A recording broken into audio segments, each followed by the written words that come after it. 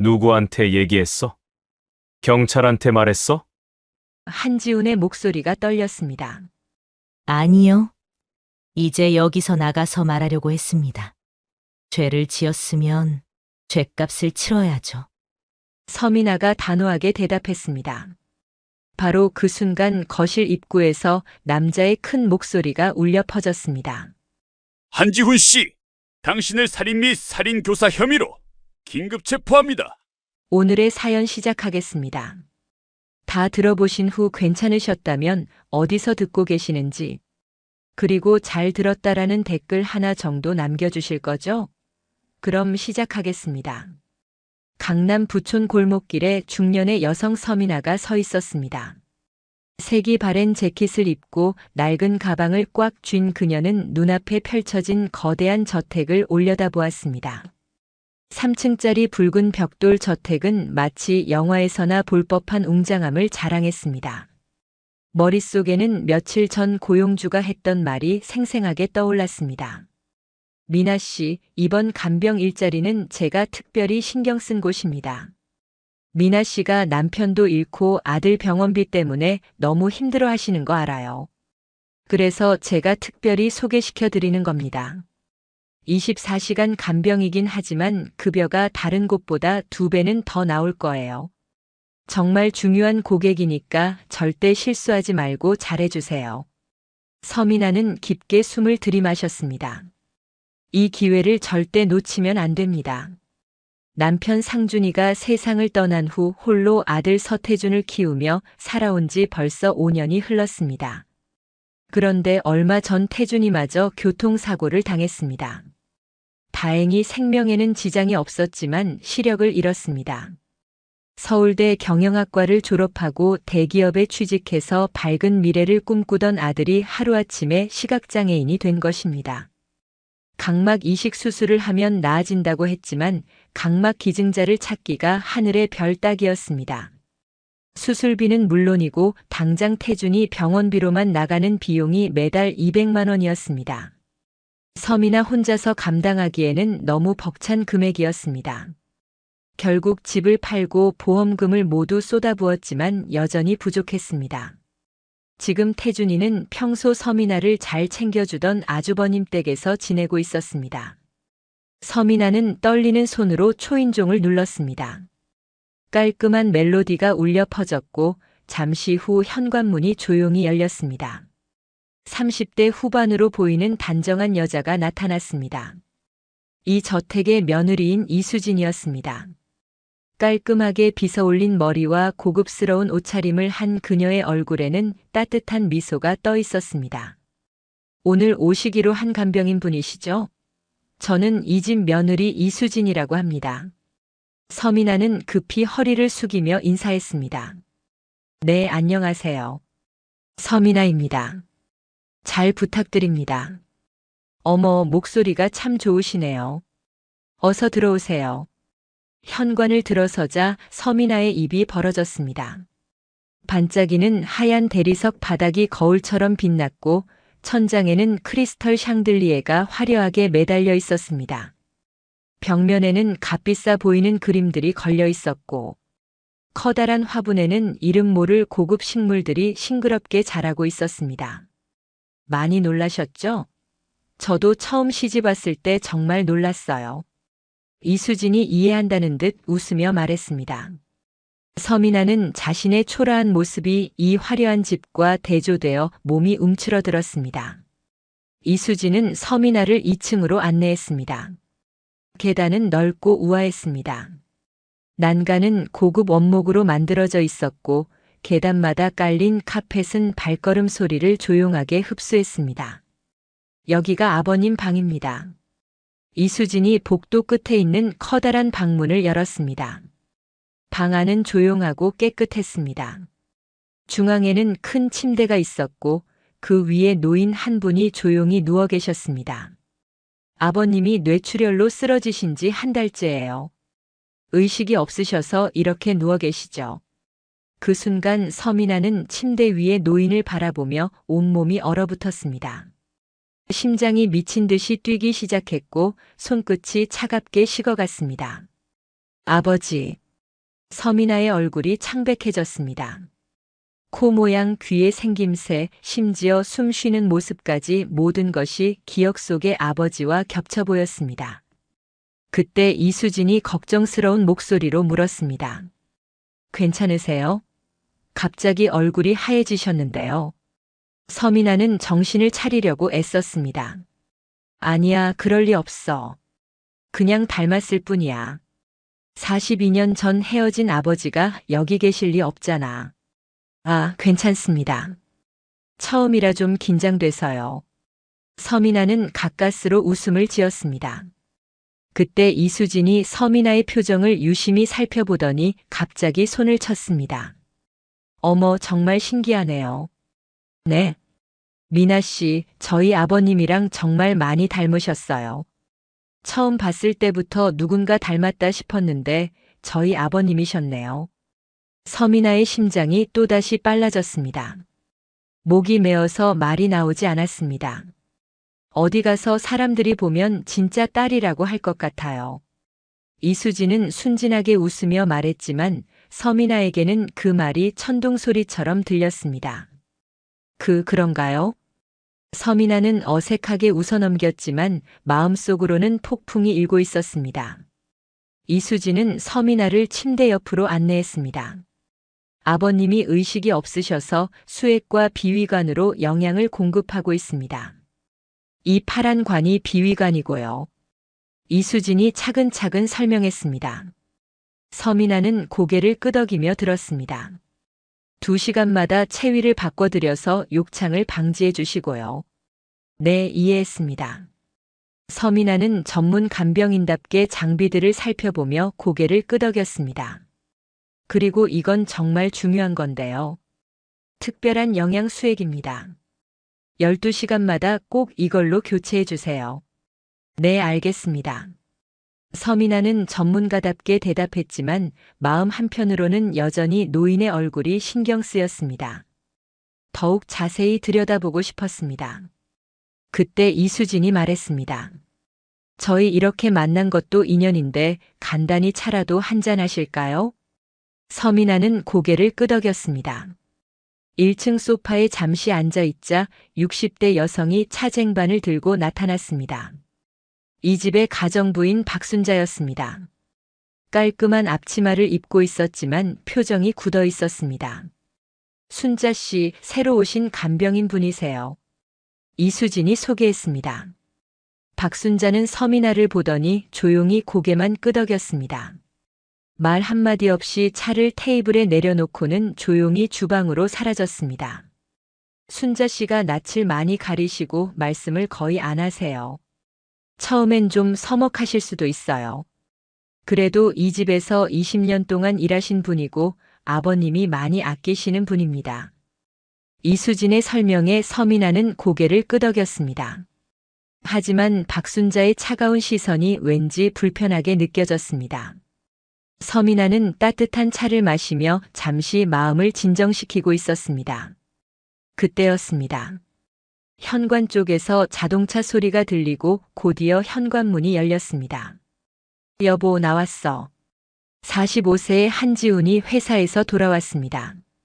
이 집의 아들인 지훈은 깔끔한 정장 차림으로 성공한 사업가의 모습이었습니다. 현재는 아버지가 쓰러진 후 회사를 운영하며 이 집안의 실질적인 가장 역할을 하고 있었습니다. 아, 간병인 분이 오셨군요. 안녕하세요. 한지훈은 서민아를 보자마자 정중하게 인사했습니다. 안녕하세요. 서민아입니다. 서민아는 얼른 일어나 깊게 허리를 숙였습니다. 아버지 일로 고생 많이 끼쳐드릴 텐데 정말 잘 부탁드려요. 한지훈의 말투는 진심이 담겨 있었습니다. 이수진이 남편에게 다가가며 말했습니다. 여보, 정말 신기하지 않나요? 미나 씨가 아버님하고 너무 닮지 않았어요? 한지훈이 서민아를 자세히 바라보더니 눈을 크게 떴습니다. 정말 그렇네요. 딸이라고 해도 믿겠어요. 한지훈도 웃으며 농담을 했습니다. 부부가 함께 웃으며 이야기했지만 서민아에게는 그 말들이 가슴을 파고드는 화살 같았습니다. 부부는 서민아를 마치 가족처럼 따뜻하게 대해 주었습니다. 저녁 식사도 함께 하자고 권했고 필요한 것은 없는지 세심하게 물어보았습니다. 서민아는 이런 대접을 받아보는 게 처음이라 고마우면서도 어색했습니다. 평생을 힘들게 살아온 그녀에게 이런 따뜻한 배려는 낯설기만 했습니다. 저녁 식사 후 모두 각자 방으로 들어갔고 서민아는 본격적인 간병을 시작했습니다. 혈압, 맥박, 체온을 체크했고 심전도를 확인했습니다. 하지만 서민아의 마음은 자꾸 딴 곳에 가 있었습니다. 아니야, 그럴 리 없어. 서민아는 고개를 저으며 생각을 떨쳐내려 했습니다. 하지만 강 회장의 얼굴을 볼 때마다 42년 전 헤어진 아버지의 모습이 겹쳐 보였습니다. 시간이 흘러 서민아는 회장의 체위를 변경하고 있었습니다. 그 과정에서 회장의 얼굴을 가까이에서 보게 되었습니다. 그 순간 서민아의 가슴이 뜨거워졌습니다. 코 모양, 귀의 생김새, 심지어 숨 쉬는 모습까지 모든 것이 기억 속의 아버지와 겹쳐 보였습니다. 아무래도 안 되겠어. 확인해 봐야겠어. 서민아는 떨리는 손으로 회장의 바지를 조심스럽게 내렸습니다. 그 순간 어린 시절 그날이 떠오르기 시작했습니다. 집에 큰 불이 났던 그날, 어린 서민아는 무서워서 방구석에 숨어 있었습니다. 연기가 점점 짙어지고 무서운 소리들이 사방에서 들렸습니다. 그때 아버지가 연기를 뚫고 들어왔습니다. 미나야. 아버지는 미나를 안고 밖으로 나가려 했습니다. 하지만 무너져 내린 기둥에 다리가 깔렸고 그 순간 뜨거운 불길이 아버지의 왼쪽 다리를 핥고 지나갔습니다. 서민아는 그날 이후 생긴 아버지 다리의 상처를 떠올렸습니다. 그리고 강 회장의 바지를 벗기며 시선을 점점 드러나는 왼쪽 다리로 향했습니다. 그리고 잠시 후 서민아의 눈이 커졌습니다. 애써. 서민아의 눈에서 뜨거운 눈물이 흘러내렸습니다. 아버지. 목소리가 떨렸습니다. 가슴 깊은 곳에서 울음이 터져 나왔습니다. 바로 그때였습니다. 지금 뭐 하시는 거예요? 방문이 열리며 이수진이 놀란 얼굴로 들어왔습니다. 서민아는 회장의 바지를 내린 채로 눈물을 흘리며 굳어 있었습니다. 이수진의 눈은 커져 있었고 표정이 낮과 달리 차갑게 변해 있었습니다. 이걸 어떻게 설명해야 하지? 서민아의 머릿속이 하얘졌습니다. 저 죄송합니다. 서민아의 목소리는 모기 소리만큼 작았습니다. 이수진은 팔짱을 끼고 한 발짝 더 가까이 다가왔습니다. 도대체 지금 무슨 짓을 하고 계신 건가요? 왜 아버님 바지를 내리고 있냐고요? 이수진의 목소리에는 분노와 의심이 섞여 있었습니다. 이수진의 날카로운 목소리에 복도에서 급한 발소리가 들렸습니다. 무슨 일이야? 한지훈이 잠옷 바람으로 허겁지겁 뛰어들어왔습니다. 머리는 잠에서 막 깬 듯 헝클어져 있었고 얼굴에는 놀란 기색이 역력했습니다. 방 안의 상황을 본 한지훈은 멈칫했습니다. 뒤이어 가정부 박순자도 조용히 방으로 들어왔습니다. 평소와 달리 표정이 굳어 있었고 서민아를 바라보는 시선이 복잡해 보였습니다. 방 안의 분위기는 순식간에 무거워졌습니다. 세 사람의 시선이 모두 서민아에게 집중되었고 서민아는 도망칠 곳을 찾을 수 없었습니다. 서민아는 급히 회장의 바지를 올려드리고 벌떡 일어났습니다. 다리에 힘이 없어서 비틀거렸지만 간신히 균형을 잡았습니다. 정말 죄송합니다. 제가 설명드릴게요. 서민아의 목소리는 떨렸지만 이제 더 이상 숨길 수 없다는 각오가 서 있었습니다. 사실은 여기 계시는 회장님이 제 아버지 같습니다. 네. 지금 무슨 소리를? 이수진의 목소리가 한 옥타브 높아졌습니다. 한지훈의 눈도 커졌습니다. 서민아는 깊게 숨을 들이마시고 용기를 냈습니다. 어릴 때 아버지가 저를 두고 떠나셨거든요. 그런데 처음 회장님을 봤을 때부터 아버지 같다는 생각이 들었어요. 서민아의 목소리는 점점 작아졌지만 진심이 담겨 있었습니다. 그리고 아버지가 어렸을 적에 저를 불 속에서 구해주시려다가 다리에 큰 화상을 입으셨거든요. 그 흉터를 확인해 보려고 바지를. 서민아는 말을 잇지 못하고 고개를 떨궜습니다. 정말 죄송해요. 하지만 이 화상 흉터와 얼굴이 정말 우리 아버지 같아요. 방 안이 다시 조용해졌습니다. 그렇게 몇 분간의 침묵이 흘렀습니다. 한지훈이 긴 침묵을 깨고 먼저 입을 열었습니다. 미나 씨. 한지훈의 목소리는 예상외로 부드러웠습니다. 그러셨군요. 그동안 정말 많이 힘드셨겠어요. 한지훈의 말에 서민아의 눈에서 다시 뜨거운 눈물이 쏟아져 내렸습니다. 미나 씨 마음은 충분히 이해합니다. 정말 많이 닮으셨어요. 저희도 처음 봤을 때 놀랐을 정도니까요. 한지훈은 차근차근 말을 이어갔습니다. 하지만 저희 입장에서도 한쪽 주장만 믿을 수 없습니다. 정말 죄송하지만 이런 저희 마음도 이해해 주세요. 서민아는 고개를 끄덕였습니다. 당연한 말이었습니다. 갑자기 나타난 간병인이 자신이 회장의 딸이라고 주장하고 있는 상황이었으니까요. 한지훈은 안심하라는 눈빛으로 말을 이어갔습니다. 하지만 이런 경우에 확실한 방법이 있습니다. DNA 검사요. 한지훈의 제안에 서민아의 고개가 번쩍 들렸습니다. DNA 검사요? 네. DNA 검사를 하고 그 결과가 정말 맞다면 저희도 마음의 준비를 하고 미나 씨를 가족으로 받아들일게요. 서민아의 얼굴에 희망의 빛이 스쳤습니다. 정말요? DNA 검사는 어떻게 하면 될까요? 저희 회사와 연계된 병원이 있습니다. 그곳에서 하면 비밀을 보장하면서 빠르게 검사할 수 있어요. 미나 씨는 머리카락 정도만 주시면 됩니다.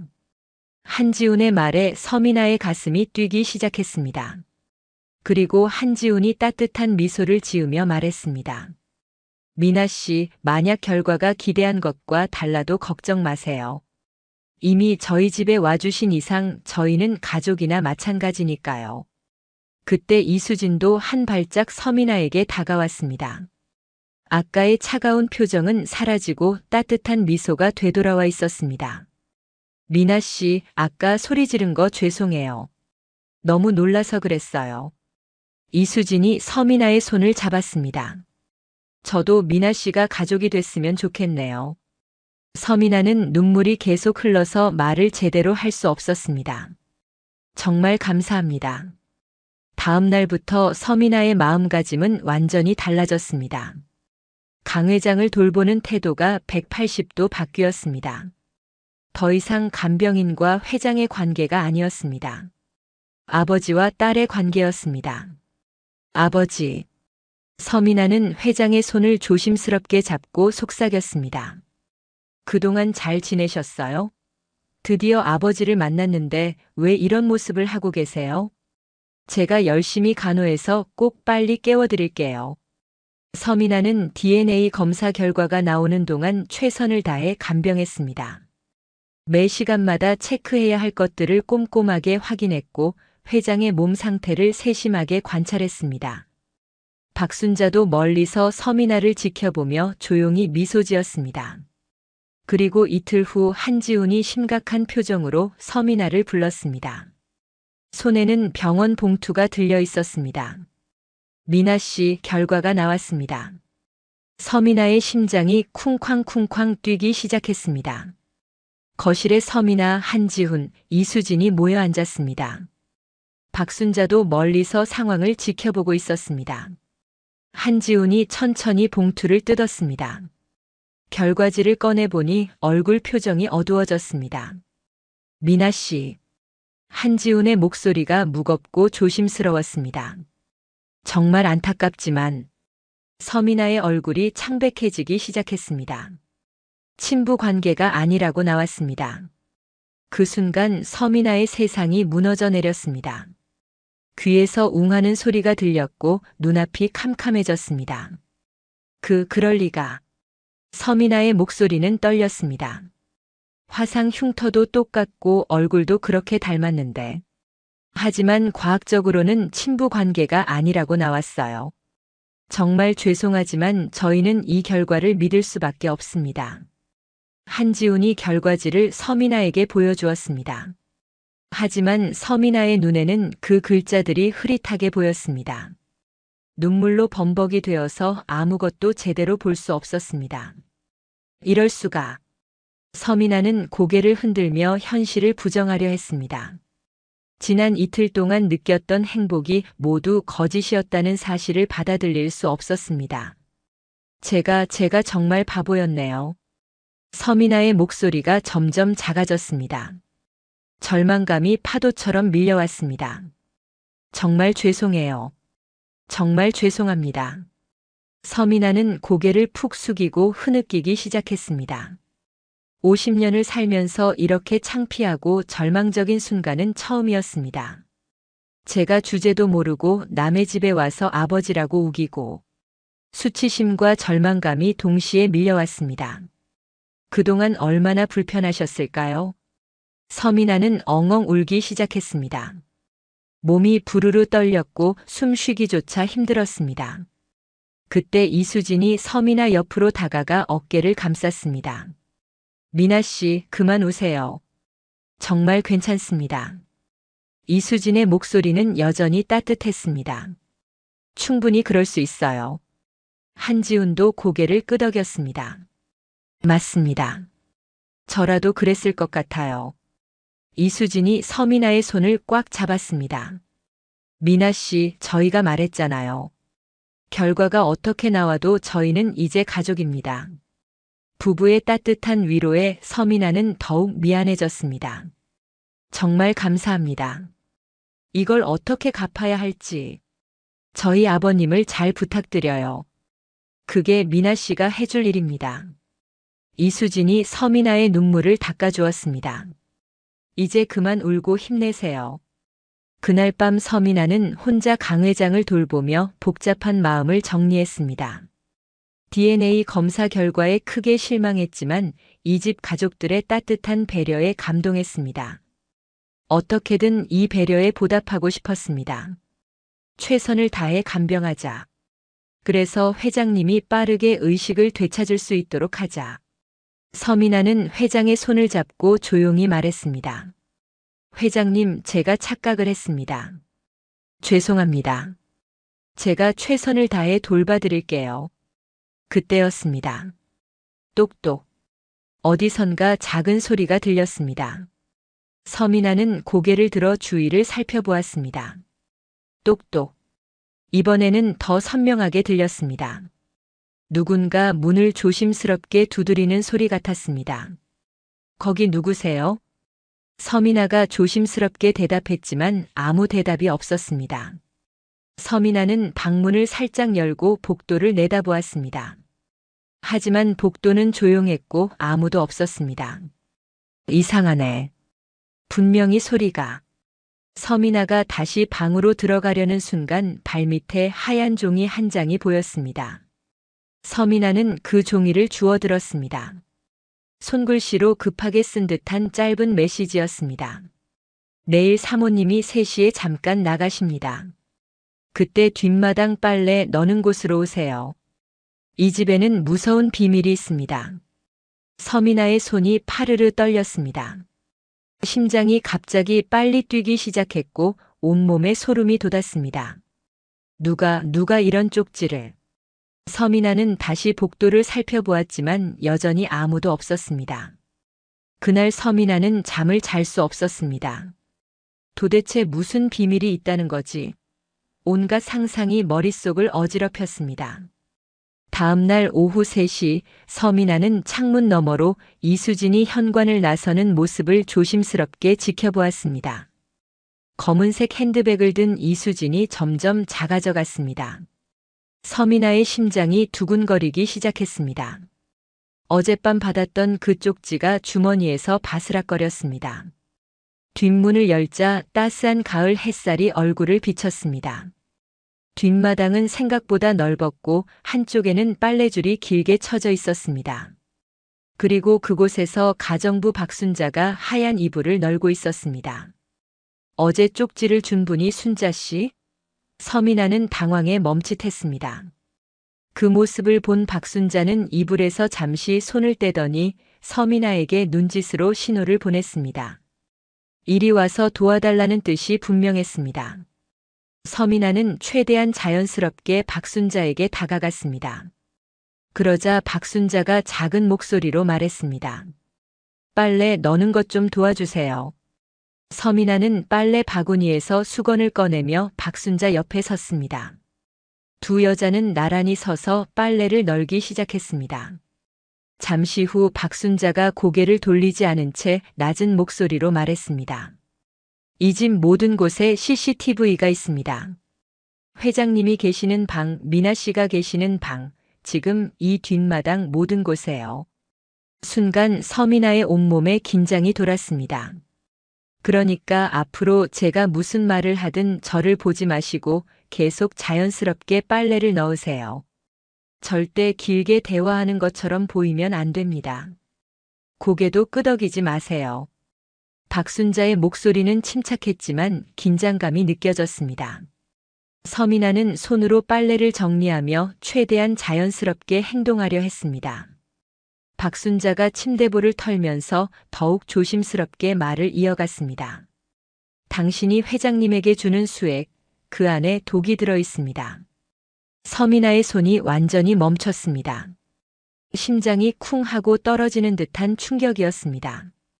며느리와 아드님은 회장님께서 빨리 돌아가시길 원합니다. 그래서 그 독수액을 넣기 위해 간병인을 고용한 겁니다. 박순자의 말에 서민아는 온몸이 얼어붙었습니다. 만약 그게 독이라는 사실이 들킨다면 당신에게 죄를 뒤집어 씌울 거예요. 서민아의 얼굴이 하얘졌습니다.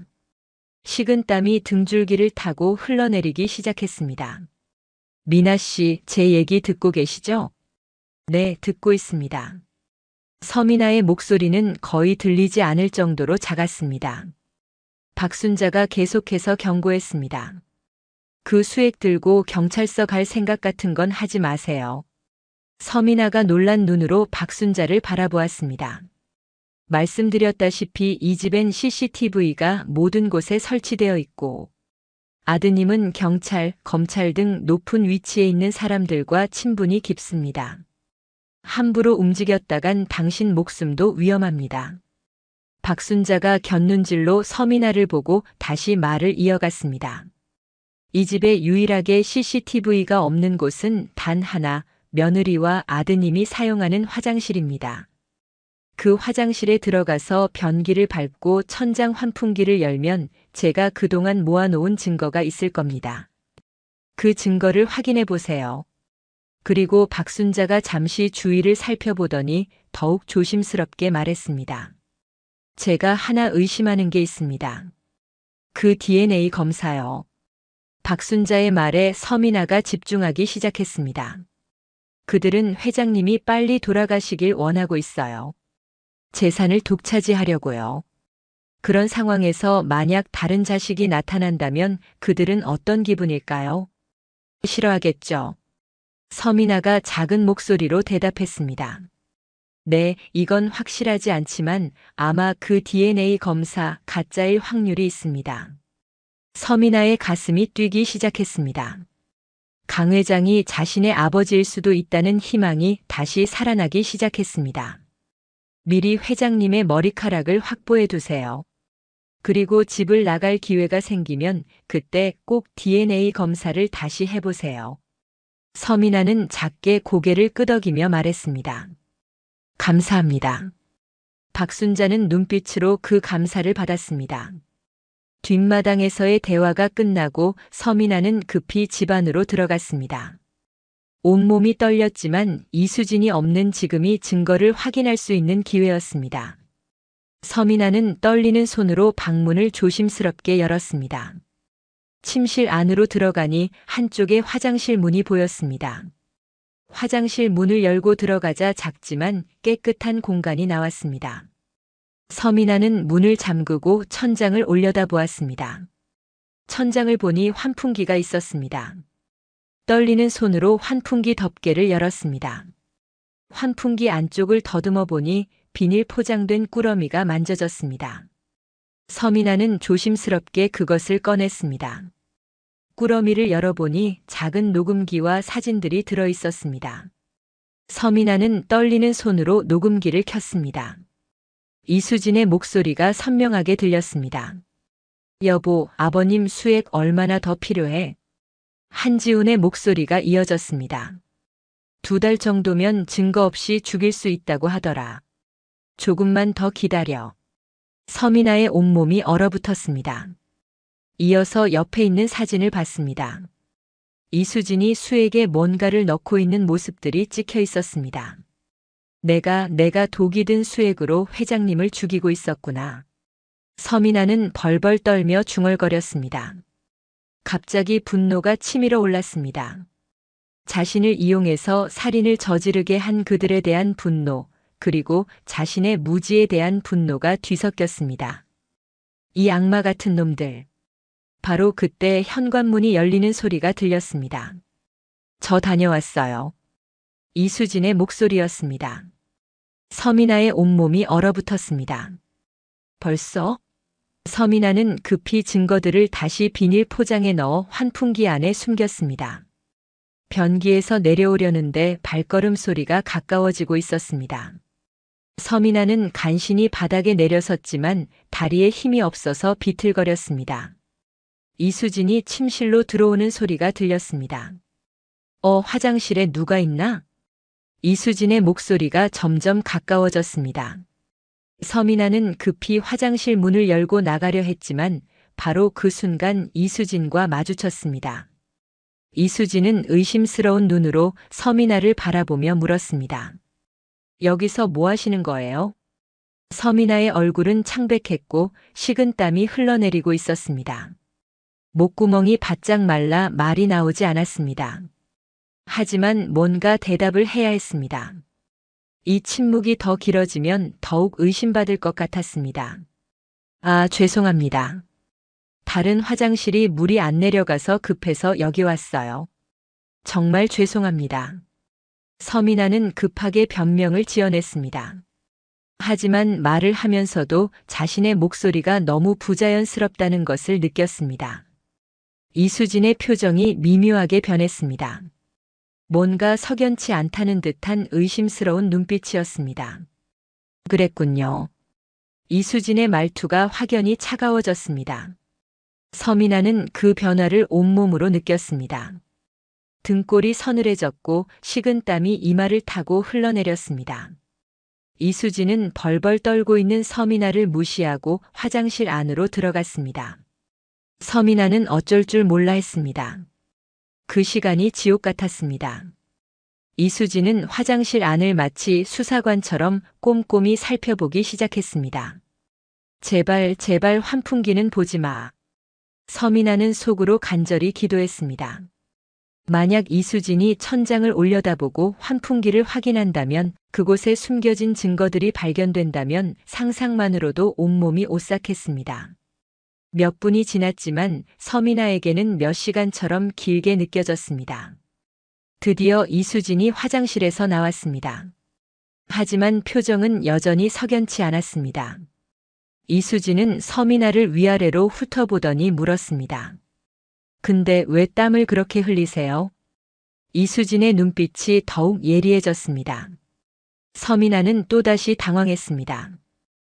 제가 오늘 아침부터 속이 안 좋아서요. 소화가 잘 안 되고. 서민아는 한 손으로 배를 살짝 누르며 말했습니다. 이수진은 잠시 서민아를 쳐다보더니 고개를 끄덕였습니다. 하지만 완전히 의심을 거둔 것 같지는 않았습니다. 그렇군요. 제가 화장실을 써야 해서요. 나가주시겠어요? 네, 죄송합니다. 서민아는 마치 도망치듯 급히 고개를 숙이고 복도를 따라 멀어졌습니다. 뒤에서 화장실 문이 닫히는 소리가 들렸고 곧 물소리가 들려왔습니다. 서민아는 마음을 다잡고 주방으로 향했습니다. 주방에 들어가니 박순자가 설거지를 하고 있었습니다. 박순자는 서민아를 보자 말을 하지 않고 눈으로만 인사했습니다. 서민아는 자연스럽게 냉장고로 다가갔습니다. 냉장고 문을 열면서 박순자에게 등을 보였습니다. 증거는 봤어요. 근데 며느리와 마주쳤습니다. 괜찮을까요? 박순자의 설거지하는 손이 잠깐 멈췄습니다. 하지만 곧 다시 그릇을 닦기 시작했습니다. 그랬군요. 박순자의 목소리에도 걱정이 섞여 있었습니다. 모르겠습니다. 운에 맡겨야죠. 발견하지 못하길 바랍니다. 일단 저희는 저희가 할 수 있는 일을 합시다. 오늘 그 수액을 확보해 주세요. 서민아는 여전히 냉장고를 보며 등을 돌린 채 대답했습니다. 네, 알겠습니다.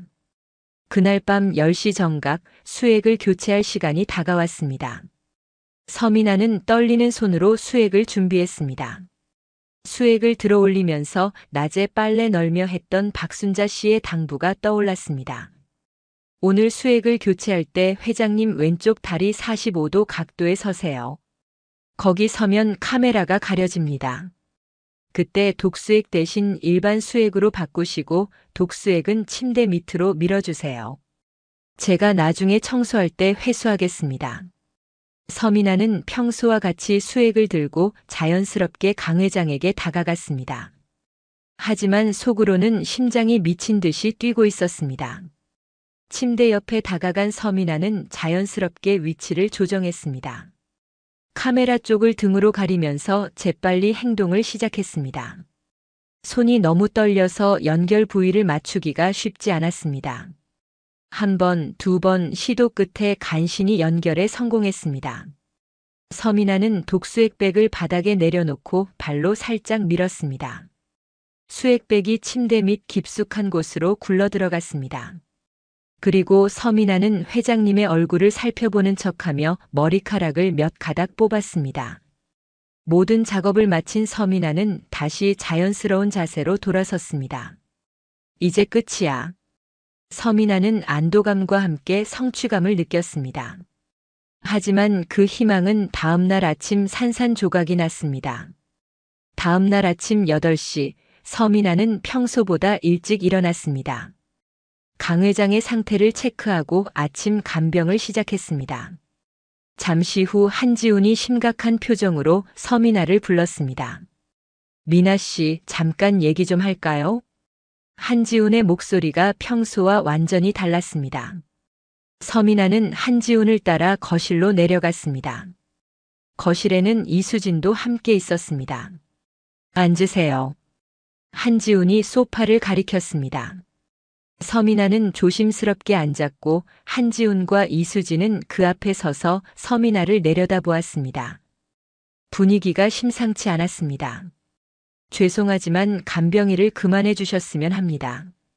한지훈의 첫마디에 서민아는 귀를 의심했습니다. 네? 갑자기 왜요? 서민아가 당황해서 물었지만 한지훈은 단호한 표정이었습니다. 아내한테 들었습니다. 어제 저희 화장실을 사용했다고요. 한지훈의 목소리에는 차가운 분노가 섞여 있었습니다. 저희가 처음에 계약할 때 분명히 말씀드렸잖아요.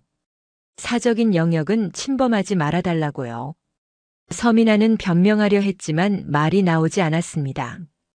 이렇게 약속을 어겨버리면 저희가 더 이상 신뢰할 수 없습니다. 한지훈이 단호하게 말했습니다. 특히 저와 아내가 없는 동안에 이런 일이 일어났다는 것은 정말 실망스럽습니다. 이수진도 옆에서 고개를 끄덕이며 동조했습니다. 서민아는 머리가 하얘졌습니다. 모든 것이 너무 갑작스럽게 일어나고 있었습니다. 침대 밑에 숨겨둔 독수액을 박순자가 아직 가져가지도 못한 상황이었습니다. 저 죄송합니다.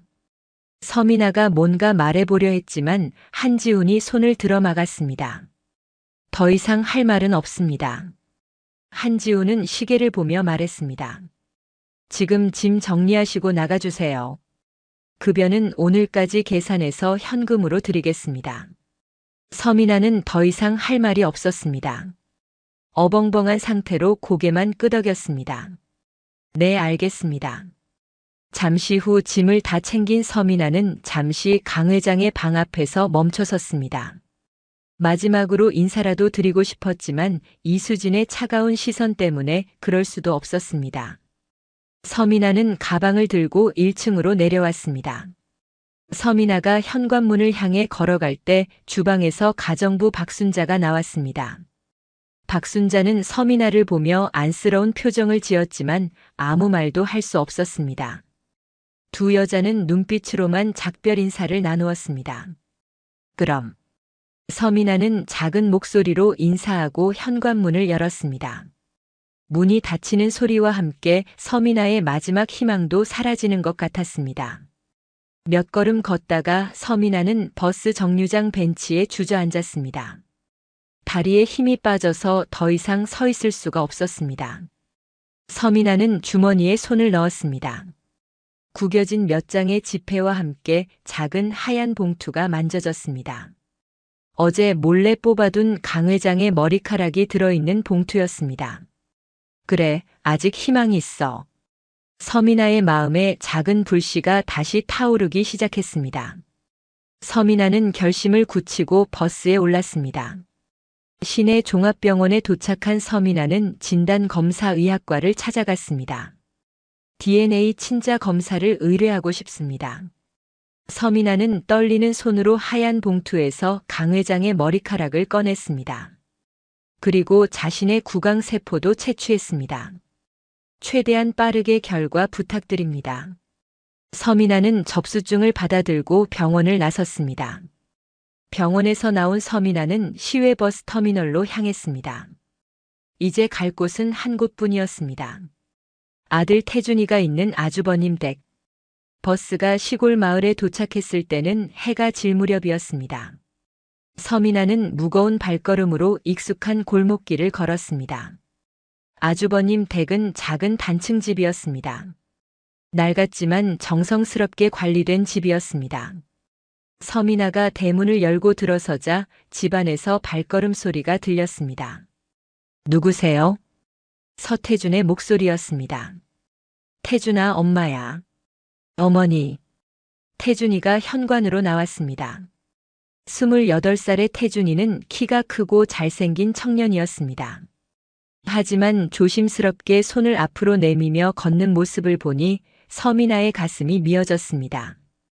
어머니, 어떻게 갑자기요? 태준이가 어머니를 안으며 말했습니다. 서민아는 아들의 품에서 그동안 참았던 눈물을 터뜨렸습니다. 그때 집안에서 아주버님과 형님이 나왔습니다. 어쩐 일이에요? 정상철 아주버님은 55세로 근처 공장에서 일하는 성실한 사람이었습니다. 키는 크지 않았지만 든든한 체격이었고 항상 따뜻한 미소를 지었습니다. 정은의 형님은 53세로 동네 식당에서 주방일을 하며 가게를 도왔습니다. 말은 많지 않았지만 마음씨가 따뜻한 사람이었습니다. 아주버님, 형님 죄송해요. 갑자기 찾아와서. 무슨 소리예요? 들어와요. 어서 들어와. 정상철이 서민아의 가방을 받아들며 말했습니다. 거실에 앉은 서민아는 한동안 말을 잇지 못했습니다. 동서, 무슨 일이야? 얼굴이 안 좋아 보이는데. 정은이가 걱정스러운 목소리로 물었습니다. 서민아는 깊게 숨을 들이마시고 입을 열었습니다. 간병인을 그만두게 됐어요. 서민아의 목소리가 떨렸습니다. 아들 앞에서 이런 말을 해야 한다는 것이 너무 괴로웠습니다. 태준이는 잠시 놀란 표정을 지었지만 곧 어머니에게 다가와 손을 잡았습니다. 어머니, 괜찮아요. 걱정하지 마세요. 다 잘 될 거예요. 서민아는 태준이의 손을 꽉 잡고 눈물을 흘렸습니다. 우리 아들 못난 엄마 때문에 제대로 된 치료도 못 받고 미안해. 엄마가 꼭 열심히 일해서 다시 돈 벌어올게. 어머니, 너무 무리하지 마세요. 저는 괜찮습니다. 태준이는 어머니보다 오히려 더 침착했습니다. 저는 지금도 충분히 행복해요. 큰아버지, 큰어머니가 이렇게 잘 돌봐주시잖아요. 정상철이 서민아의 어깨에 손을 올리며 말했습니다. 괜찮아요. 다시 일어설 때까지 태준이는 우리가 끝까지 책임질 테니까 걱정 말아요. 정은이도 다가와 말했습니다. 그래, 동서. 무리하지 말고 천천히 해. 우리가 도울게. 가족이잖아. 서민아의 눈에 눈물이 쏟아지기 시작했습니다. 감사해요. 제가 꼭 나중에 다 갚을게요. 감사할 게 뭐 있어요? 우리가 남이에요? 그러니까 그만 울어요. 정상철이 웃으며 말했습니다. 서민아는 눈물을 닦으며 고개를 끄덕였습니다. 그날 밤 서민아는 작은 방에서 잠자리에 들었습니다. 하지만 잠이 오지 않았습니다. 곧 DNA 검사 결과가 나옵니다. 그 결과에 따라 자신의 인생이 완전히 달라질 수도 있었습니다. 다음 날 오후 3시 서민아는 소파에 앉아 TV를 보고 있었습니다. 그때 전화가 울렸습니다. 네, 여보세요. 서민아 씨죠? 대한종합병원 진단검사의학과입니다. 서민아의 손이 떨렸습니다. 네, 맞습니다. DNA 검사 결과가 나왔습니다. 병원에 와보세요. 네, 바로 가겠습니다. 진단검사의학과에 도착한 서민아는 접수 창구에서 자신의 이름을 말했습니다. 서민아입니다. DNA 검사 결과 받으러 왔어요. 네, 잠시만요. 직원이 컴퓨터를 확인하더니 봉투 하나를 꺼냈습니다. 서민아는 떨리는 손으로 봉투를 받았습니다. 봉투를 뜯는 것조차 쉽지 않았습니다. 드디어 결과지를 꺼냈습니다. 복잡한 숫자들과 용어들이 적혀 있었지만 가장 중요한 부분은 굵은 글씨로 써 있었습니다. 침부 확률 99.9%. 서민아의 눈이 커졌습니다. 결과지를 다시 한 번 또 한 번 확인했습니다. 아, 아버지. 서민아는 그 자리에서 무릎이 꺾일 뻔했습니다. 괜찮으세요? 직원이 걱정스럽게 물었습니다. 네, 괜찮아요. 서민아는 결과지를 가슴에 꽉 안고 병원을 나섰습니다. 밖으로 나오자 가을바람이 차갑게 불었습니다. 하지만 서민아의 마음은 바람보다 더 차갑고 복잡했습니다. 그리워했던 아버지를 다시 만났지만 지금 의식불명 상태로 죽음의 문턱에서 헤매고 있었습니다. 이제 어쩌지? 어떻게 아버지를 구하지? 순간 서민아의 머릿속에 박순자의 얼굴이 떠올랐습니다. 그리고 침대 밑에 숨겨둔 독수액이 생각났습니다. 잠시 후 서민아의 눈빛이 반짝 빛났습니다. 그래, 해보자. 해가 완전히 지고 가로등이 하나둘 켜지기 시작하는 저녁. 8시 서민아는 터덜터덜 걸어서 익숙한 저택 앞에 도착했습니다. 서민아의 눈빛은 그 어느 때보다 비장했습니다. 서민아는 깊게 숨을 들이마시고 초인종을 눌렀습니다. 초인종 소리가 고요한 저택에 울려 퍼졌습니다. 잠시 후 현관문이 조심스럽게 열렸습니다. 누구세요? 문을 연 가정부 박순자는 말을 잇지 못했습니다. 미나 씨. 박순자의 목소리는 믿을 수 없다는 듯이 떨렸습니다. 순자 씨, 지금 당장 지훈 씨와 수진 씨를 보고 만나고 싶어요. 집에 있죠? 박순자는 잠시 말을 잇지 못했습니다. 그런데 미나 씨. 알아요.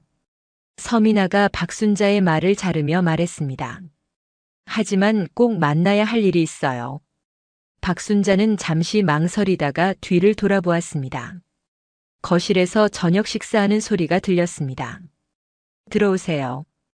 박순자가 문을 활짝 열어주며 걱정스럽게 속삭였습니다. 무슨 일인지는 묻지 않을게요. 하지만 조심하셔야 합니다. 서민아는 작게 미소 지으며 고개를 끄덕였습니다. 서민아가 현관을 들어서자 익숙한 대리석 바닥과 화려한 샹들리에가 눈에 들어왔습니다. 모든 것이 며칠 전과 똑같았지만 이제 서민아에게는 모든 것이 가증스럽게만 보였습니다. 거실에서는 한지훈과 이수진이 저녁 식사 중이었습니다. 두 사람 모두 서민아의 존재를 전혀 눈치채지 못하고 있었습니다. 오늘 그 계약건 정말 힘들었어. 한지훈이 불평하며 말하다가 거실 입구에 서 있는 서민아를 보았습니다. 젓가락을 든 손이 공중에서 멈췄습니다. 밥알 몇 개가 바닥에 떨어졌습니다. 이수진도 한지훈의 시선을 따라 돌아보더니 숟가락을 떨어뜨렸습니다. 미나 씨. 한지훈이 믿을 수 없다는 표정으로 천천히 일어서며 말했습니다. 무슨 일로 다시 오신 거죠? 이수진도 당황해서 급히 일어났습니다. 서민아는 대답하지 않고 거실 안으로 들어가 소파에 자연스럽게 앉았습니다. 마치 이 집의 주인인 것처럼 당당한 모습이었습니다. 회장님은 어떠세요? 서민아가 차분하게 물었습니다. 바로 그때 2층에서 발걸음 소리가 들렸습니다. 누군가 급한 듯이 계단을 내려오고 있었습니다. 사모님, 회장님 수액이 떨어져서 교체해야. 계단을 내려온 사람은 새로운 간병인이었습니다. 안녕하세요. 서민아가 새 간병인에게 정중하게 인사했습니다. 저는 전에 여기서 일했던 간병인입니다. 간병인은 어리둥절한 표정으로 서민아를 바라보았습니다. 하지만 거실의 분위기가 심상치 않다는 것을 본능적으로 느꼈습니다. 앉으세요. 서민아가 간병인에게 말했습니다. 간병인은 망설이다가 소파 한쪽에 조심스럽게 앉았습니다. 서민아는 주머니에서 구겨진 종이를 꺼냈습니다. DNA 검사 결과지였습니다. 한지훈과 이수진의 눈빛이 순간 변했습니다. 당신들 DNA 결과 조작했지? 서민아의 첫마디에 거실의 공기가 순간 얼어붙었습니다.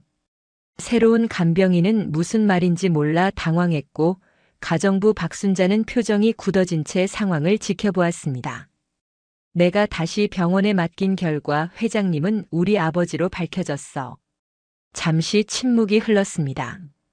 그때 이수진의 표정이 서서히 변하기 시작했습니다.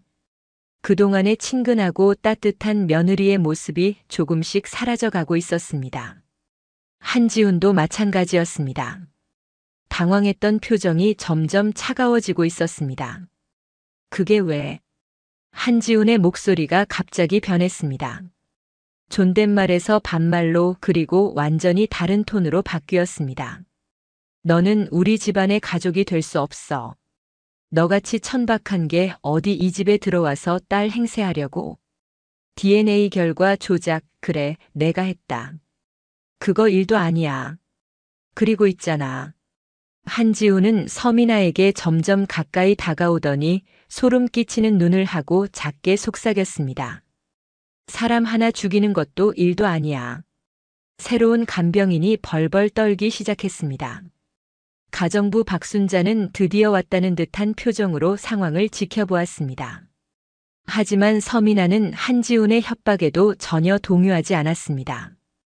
오히려 더욱 침착하게 말을 이어갔습니다. 내가 이 DNA 결과 하나 가지고 여길 찾아왔다고 생각해? 너네 우리 아버지 죽이려고 했지.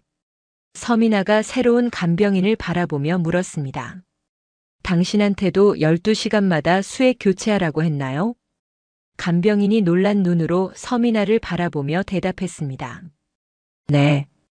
그 수액 안에 독이 들어있어요. 회장님을 죽이는 독이죠. 간병인이 더욱 벌벌 떨기 시작했습니다. 대체 무슨 소리 하는 거야? 너 왜 이래? 미쳤어? 이수진이 발끈하며 소리쳤습니다. 미쳤냐고? 아니, 너네가 미친 거지. 나한텐 증거도 있어. 서민아가 단호하게 말했습니다. 내가 그날 왜 너네 화장실에 들어갔는지 알아? 한지훈과 이수진의 얼굴이 더욱 굳어졌습니다. 거기 천장 안에 너네가 우리 아버지를 죽이려고 한다는 증거를 모아뒀거든. 거짓말. 이수진이 소리쳤습니다. 한지훈이 급히 박순자를 보며 소리쳤습니다. 순자 씨, 지금 당장 가서 확인해. 박순자가 마지못해 화장실로 갔습니다. 거실에는 무거운 침묵이 흘렀습니다. 몇 분 후 박순자가 비닐 포장된 꾸러미를 들고 내려왔습니다. 한지훈과 이수진이 그 꾸러미를 보자 얼굴이 하얘졌습니다. 한지훈이 서민아를 붙잡으며 소리쳤습니다. 너 지금 이 사실 누구한테 얘기했어? 경찰한테 얘기했어? 서민아는 비웃으며 말했습니다. 아니, 이제 여기서 나가서 말하려고 했어. 죄를 지었으면 죄값을 치러야지. 서민아의 말을 들은 한지우는 잠시 멈춰 서 있더니 갑자기 작게 웃기 시작했습니다. 처음에는 작은 웃음이었지만 점점 커져갔습니다. 하하하하. 마침내 한지우는 머리를 뒤로 젖히며 미친 듯이 웃어댔습니다. 그 웃음소리가 거실 전체에 섬뜩하게 울려 퍼졌습니다. 새로운 간병인은 그 소리에 온몸이 오싹해져서 소파 끝으로 몸을 움츠렸습니다. 가정부 박순자도 얼굴이 굳어진 채 한지훈을 바라보았습니다. 이 미친년이. 한지훈의 웃음이 갑자기 멈췄습니다. 그리고 서민아를 바라보는 눈에는 광기가 서려 있었습니다. 내가 이 자리까지 어떻게 온지 알아? 한지훈의 목소리는 차가웠지만 그 안에 무서운 기운이 흘렀습니다. 방해가 되는 놈들 하나 둘씩 다 정리해가며 올라왔어. 한지훈이 천천히 서민아에게 다가가며 말했습니다. 한지훈의 얼굴에는 이제 완전히 다른 사람의 모습이 드러나 있었습니다. 너 사람 잘못 건드렸어. 한지훈이 가정부와 새로운 간병인을 차례로 바라보며 말했습니다. 미안하지만 이것 때문에 너네도 죽어줘야겠다. 새로운 간병인은 더 이상 참지 못하고 울음을 터뜨렸습니다. 제발, 저는 정말 아무것도 몰라요. 한지훈이 주머니에서 휴대폰을 꺼내며 음산하게 웃었습니다. 자, 이제 마무리를 해볼까? 한지훈이 전화번호를 누르는 소리가 거실에 또렷하게 들렸습니다. 삐삐 신호음이 울리고 곧 상대방이 받았습니다. 나야. 너네 두목 어디 있어? 바꿔봐. 잠시 기다리는 동안 한지훈은 서민아를 노려보며 입꼬리를 올렸습니다. 의진 형? 나 지훈이. 전화 너머로 남자의 굵은 목소리가 들렸습니다. 사람 좀 처리해야겠다. 여자 3명인데 지금 우리 집에 있어. 우리 집 알지? 한지훈이 서민아를 보며 계속 말했습니다. 증거 없이 깔끔하게 처리해줘. 30분 안에 올 수 있지? 전화를 끊는 한지훈이 만족스러운 표정으로 서민아를 바라보았습니다. 새로운 간병인이 바닥에 무릎을 꿇고 빌기 시작했습니다. 제발, 제발 살려주세요. 저는 정말 아무것도 몰라요. 아이들이 기다리고 있어요. 간병인의 절규가 거실에 울려 퍼졌지만 한지훈은 전혀 신경 쓰지 않았습니다. 가정부 박순자도 얼굴이 하얗게 질려 서 있었습니다. 하지만 서민아는 달랐습니다. 여전히 소파에 똑바로 앉아서 한지훈을 바라보고 있었습니다. 두려움 따위는 전혀 보이지 않았습니다. 한지훈이 서민아에게 다가가며 말했습니다. 그래, 언제까지 내가 그렇게 기고만장할지 보자. 이따가 죽을 때 살려달라고나 하지 말라고. 하지만 서민아는 전혀 굴복하지 않았습니다. 오히려 한지훈을 똑바로 바라보며 단호하게 말했습니다. 이 쓰레기 같은 새끼. 서민아의 목소리에는 흔들림이 전혀 없었습니다. 너 같은 새끼는 이 세상에서 없어져야 해. 한지훈의 얼굴이 분노로 일그러졌습니다. 인연이 끝까지. 한지훈이 서민아에게 달려들어 주먹을 휘둘렀습니다. 으악. 서민아가 소파에서 바닥으로 굴러떨어졌습니다. 한지훈은 바닥에 쓰러진 서민아를 발로 차기 시작했습니다. 어디 대들어봐. 서민아는 바닥에서 몸을 웅크리며 맞고 있었지만 여전히 굴복하지 않는 눈빛을 유지했습니다. 바로 그때였습니다. 띵동. 현관 벨소리가 거실에 울려 퍼졌습니다. 한지훈이 폭행을 멈추고 벨소리를 들었습니다. 벌써 왔나? 한지훈이 거실 벽에 걸린 인터폰으로 다가가 버튼을 눌렀습니다. 모니터에는 3명의 남자가 서 있는 모습이 보였습니다. 빨리 왔네. 역시 건달들이 일 처리는 빨라. 한지훈이 만족스러운 표정으로 말했습니다. 곧 현관문이 열리는 소리가 들렸고 발걸음 소리가 계단을 올라오고 있었습니다. 잘 가라, 이년아. 한지훈이 바닥에 쓰러진 서민아를 내려다보며 말했습니다. 발걸음 소리가 점점 가까워졌습니다. 거실 입구에 3명의 사람이 나타났습니다.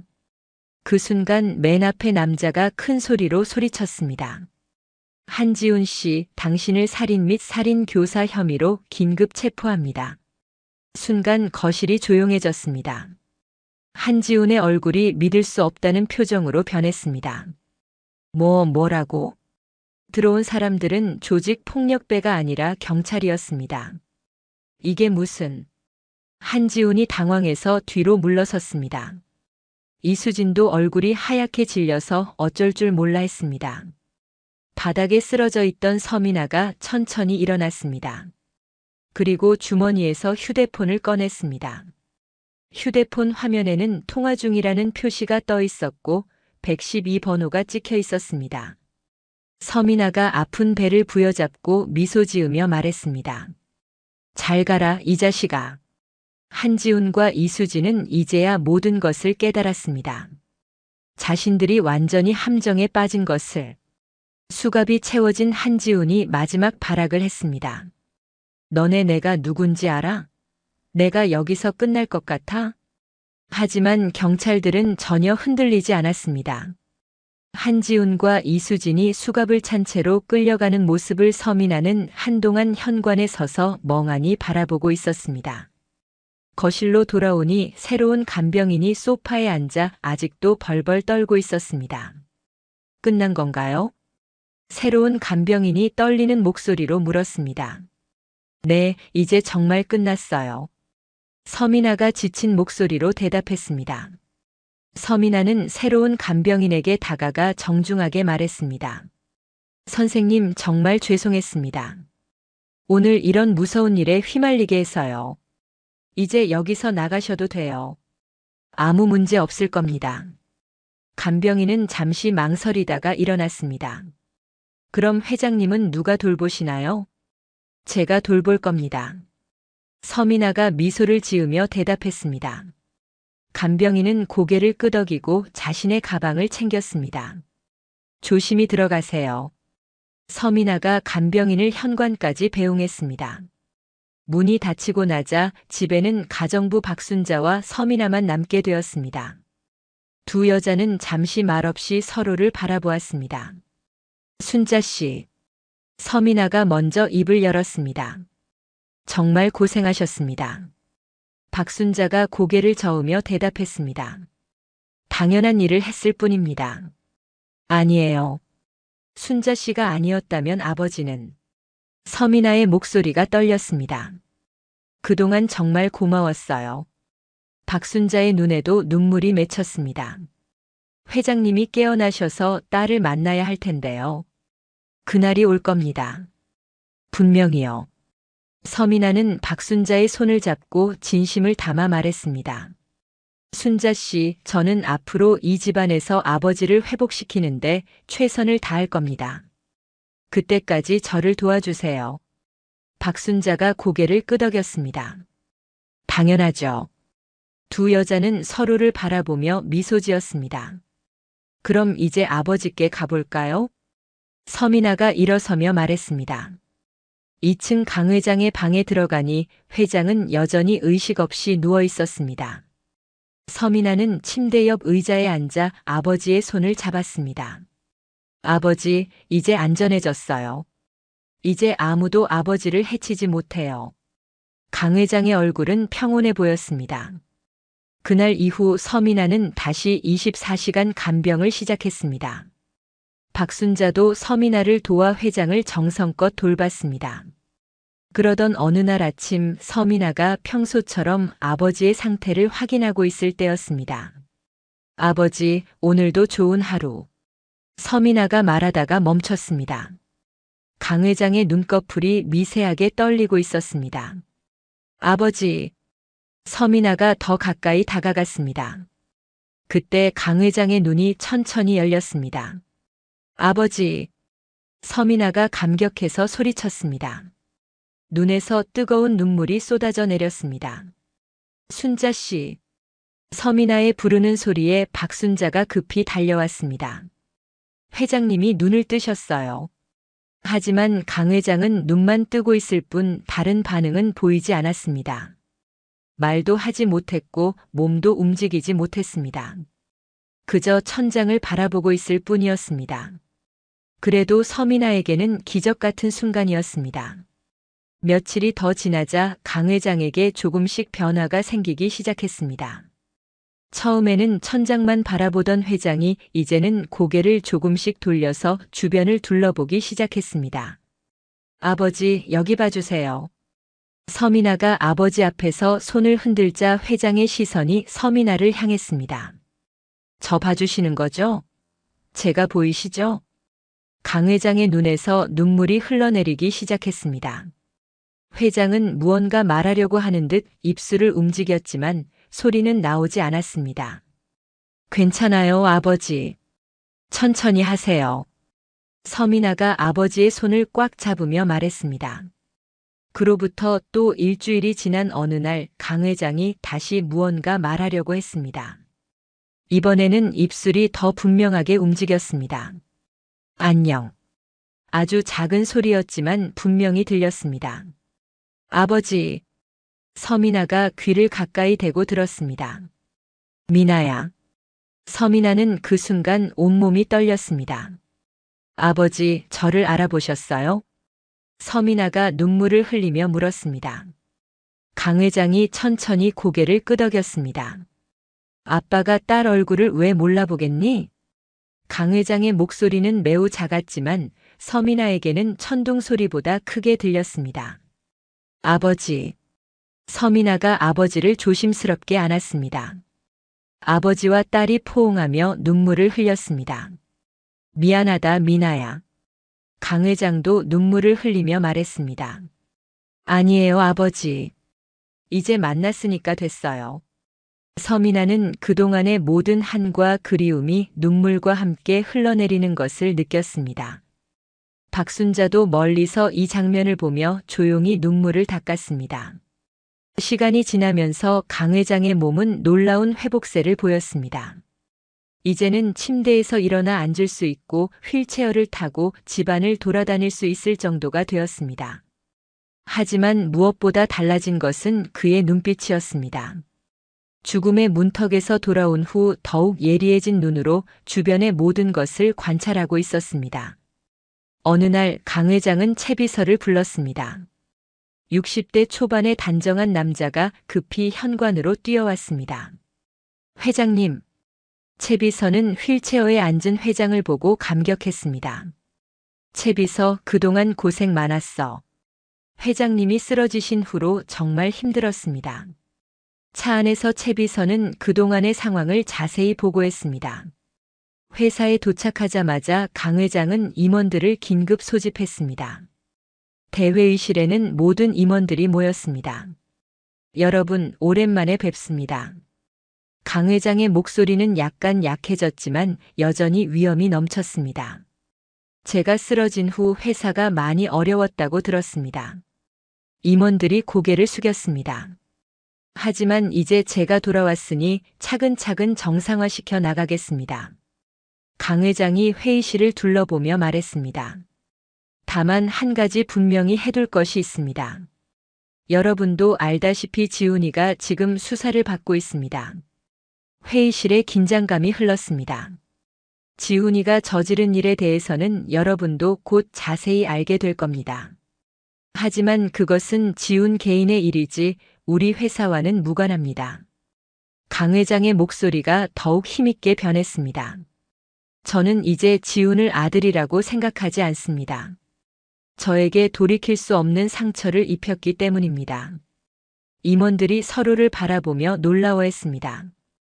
구체적인 내용은 수사가 끝나면 공개하겠습니다. 저는 앞으로 우리 회사의 발전과 명예를 위해 제 남은 생을 바칠 각오입니다. 여러분도 저를 믿고 함께 해주시기 바랍니다. 임원들이 일어서서 진심 어린 박수를 보냈습니다. 오랜만에 진짜 리더를 만난 기쁨이 얼굴에 나타나 있었습니다. 회의를 마친 후 강 회장은 채비서에게 말했습니다. 채비서, 구치소에 가야겠다. 알겠습니다. 준비하겠습니다. 그날 오후 3시 서울구치소 면회실. 차가운 분위기의 면회실에서 강 회장이 기다리고 있었습니다. 곧 철창 너머로 한지훈과 이수진이 나타났습니다. 두 사람은 처음에 웃으며 나왔습니다. 아마 자신들을 구하려는 권력자들이 온 줄 알았던 것 같습니다. 하지만 강 회장의 얼굴을 본 순간 두 사람의 얼굴이 하얗게 질렸습니다. 아, 아버지. 한지훈이 믿을 수 없다는 표정으로 중얼거렸습니다. 이수진은 아예 말도 못하고 뒤로 물러섰습니다. 창백한 얼굴로 벌벌 떨고 있었습니다. 강 회장은 한동안 말없이 두 사람을 바라보았습니다. 그 침묵이 더욱 무서웠습니다. 잘 지냈니? 강 회장이 마침내 입을 열었습니다. 나는 너희 덕분에 이렇게 깨어났다. 한지훈과 이수진은 아무 말도 하지 못하고 식은땀을 흘렸습니다. 왜 내가 안 깨어나길 바랐나 봐?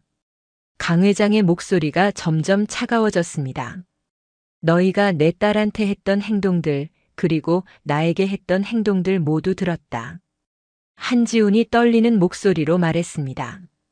아버지, 그게 아니라. 아버지? 강 회장이 비웃으며 말했습니다. 지훈아, 나는 너의 아버지가 맞니? 강 회장이 한지훈을 똑바로 바라보며 말했습니다. 나는 너를 입양했지만 진짜 아들이라고 생각하며 키워왔다. 내 모든 것을 물려주려 했고 너를 자랑스러워했어. 한지훈의 얼굴이 더욱 창백해졌습니다. 그런데 너는 나를 아버지라고 생각하지 않고 그저 돈으로만 봤구나. 아버지, 그게 아니에요. 그만해라. 강 회장이 손을 들어 한지훈의 말을 막았습니다. 내가 경찰과 검찰 윗선에 빼달라고 요청한 것 다 들었다. 강 회장의 목소리에 절대적인 위험이 넘쳤습니다. 아버지가 누군지 넌 잘 알고 있지? 한지훈이 벌벌 떨기 시작했습니다. 네가 만든 인맥이 나한테는 아무것도 아니라는 것도 알 거야. 강 회장이 몸을 앞으로 기울이며 말했습니다. 넌 앞으로 영원히 감옥에서 죄를 반성하며 살 거라. 그제서야 한지훈과 이수진이 무릎을 꿇고 빌기 시작했습니다. 아버지, 정말 죄송해요. 잘못했어요. 살려주세요. 하지만 강 회장은 냉정했습니다. 너무 늦었다. 무엇보다 내 딸한테 한 너희의 행동들은 절대 용서할 수 없구나. 강 회장의 목소리에 분노가 섞였습니다.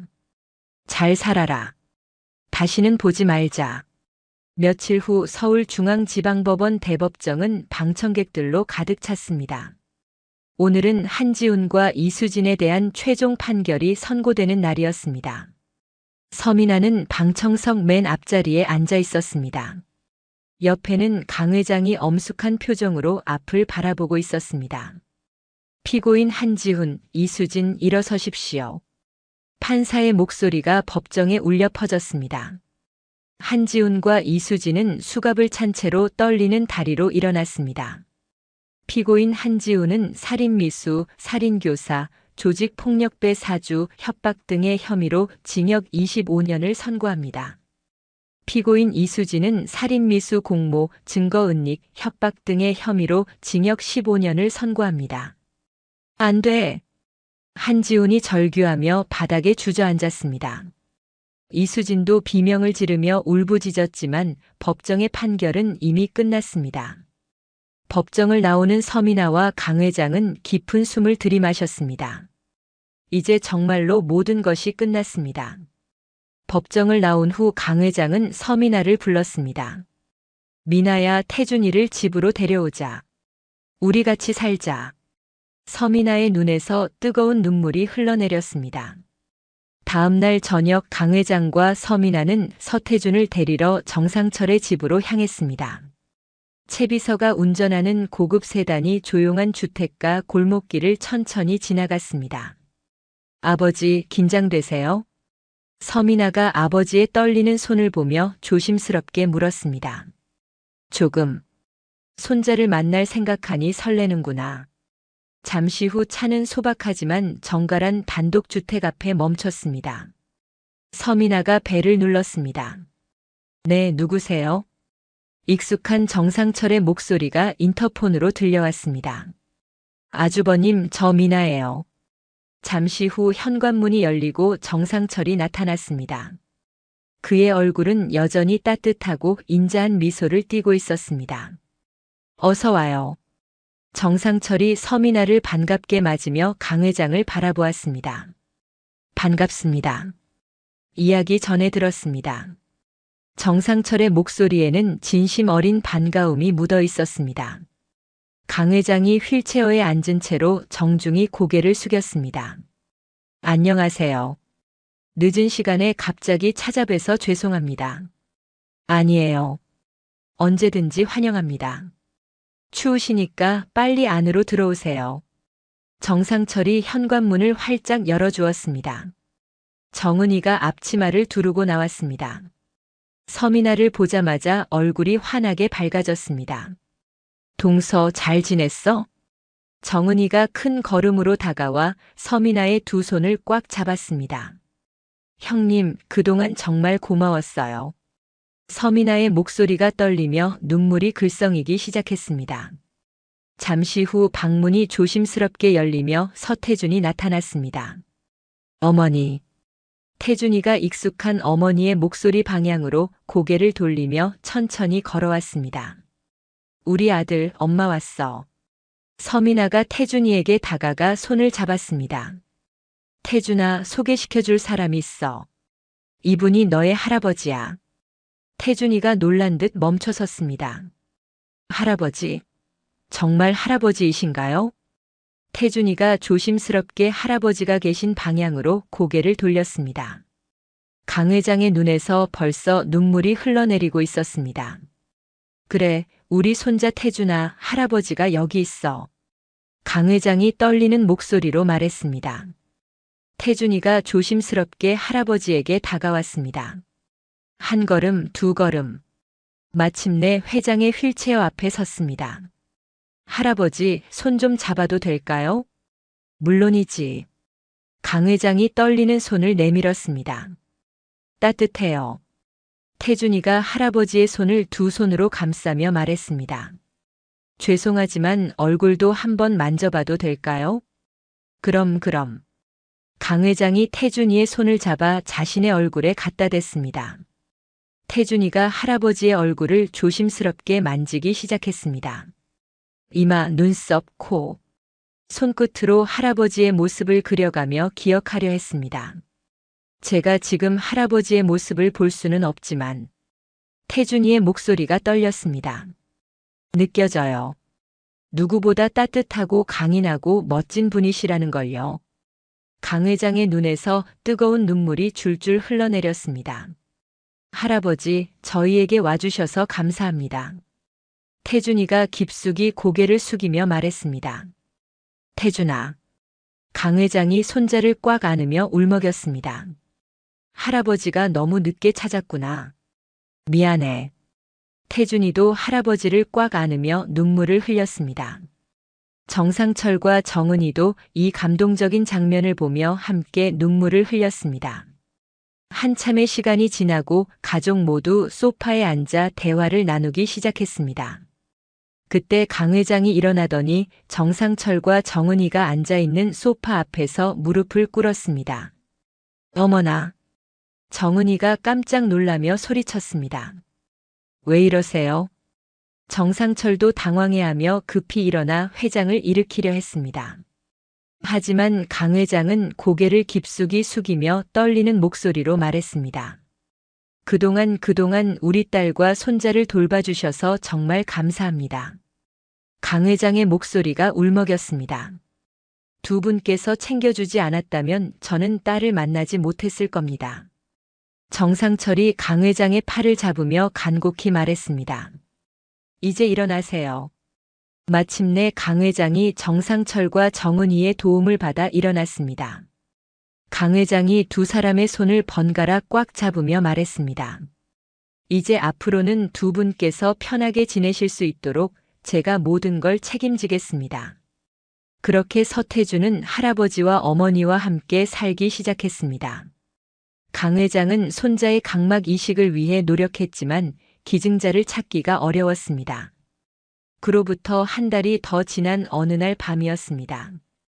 강 회장이 서미나를 조용히 불렀습니다. 미나야, 지금부터 내가 하는 얘기 잘 들어라. 서미나가 아버지 곁에 앉자 강 회장이 그동안 한 번도 보지 못했던 진지한 표정을 지었습니다. 사람은 말이야, 자기가 세상을 떠날 시기를 정확하게 안다. 나는 알아. 내 인생이 얼마 남지 않았다는 걸. 아버지, 무슨 소리세요? 서미나가 깜짝 놀라며 일어서려 했지만 강 회장이 딸의 손을 잡아 다시 앉혔습니다. 내 몸은 내가 가장 잘 알아. 그동안 억지로 버텨온 거야. 강 회장의 목소리에는 깊은 체념이 묻어 있었습니다. 나는 말이야, 내가 다시 깨어나서 이렇게 너를 만나고 태준이를 만나고 함께 살 거라는 상상은 꿈에도 하지 못했다. 이것만으로도 충분히 기적 같은 일이었어. 아버지, 왜 갑자기 그런 말씀을 하세요? 미나야, 만약에 내가 죽기 전까지 태준이 각막 기증자를 찾지 못한다면 내 각막은 태준이에게 넘겨주거라. 순간 서미나의 얼굴이 하얗게 질렸습니다. 사실 그동안 너에게 말하지 않은 게 있다.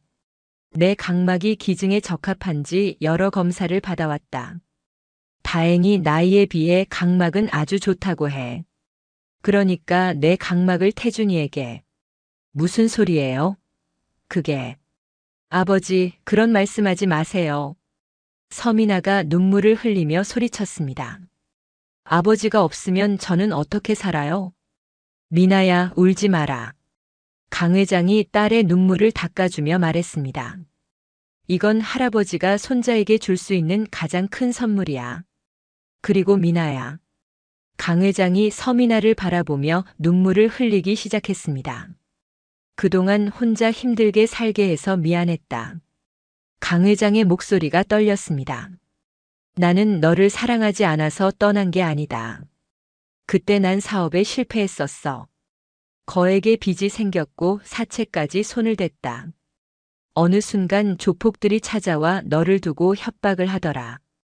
돈을 주지 않으면 너를. 아버지는 어쩔 수 없었다.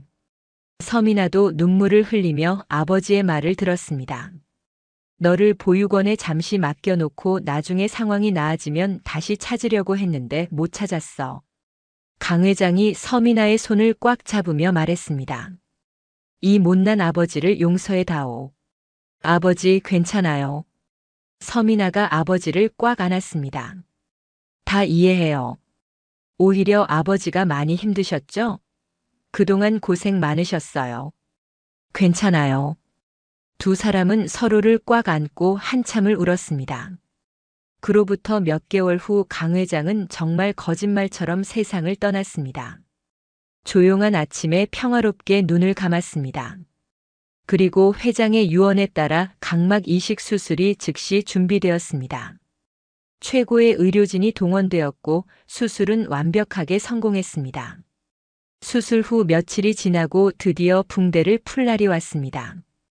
태준 씨, 천천히 눈을 떠보세요. 의사의 말에 따라 태준이가 조심스럽게 눈을 떴습니다. 어머니. 태준이가 떨리는 목소리로 말했습니다. 어머니 얼굴이 보여요. 서미나가 아들을 꽉 안으며 눈물을 흘렸습니다. 우리 아들 정말 보이니? 네, 보여요. 태준이의 눈에서도 뜨거운 눈물이 흘러내렸습니다. 어머니, 저 부탁이 있어요. 태준이가 울먹이며 서미나에게 말했습니다. 우리 아들 말해봐. 다 들어줄게. 할아버지 사진을 보여주세요. 우리 할아버지가 어떻게 생겼는지 알고 싶어요. 서미나는 그 말에 눈물을 흘리며 그동안 아버지와 태준이가 함께 찍었던 사진들을 휴대폰으로 보여주기 시작했습니다. 태준이는 그 사진을 하나하나 천천히 살펴보며 말했습니다. 역시 제 말이 맞았네요. 너무 멋지시고 따뜻하고 강인해 보이세요. 그 말을 끝으로 태준이는 하늘을 바라보며 말했습니다. 감사합니다, 할아버지. 할아버지가 물려주신 이 눈으로 어머니를 잘 모시고 살겠습니다. 몇 년이 흘러 서태준이 30대가 되었을 때 회사 이사로 취임하게 됐습니다. 대회의실에는 모든 임직원들이 모여 있었습니다. 태준이는 정장을 입고 당당하게 연단에 올라섰습니다. 존경하는 임직원 여러분. 태준이의 목소리가 회의실에 울려 퍼졌습니다. 오늘 이 자리에 설 수 있게 된 것은 돌아가신 할아버지의 은혜 덕분입니다.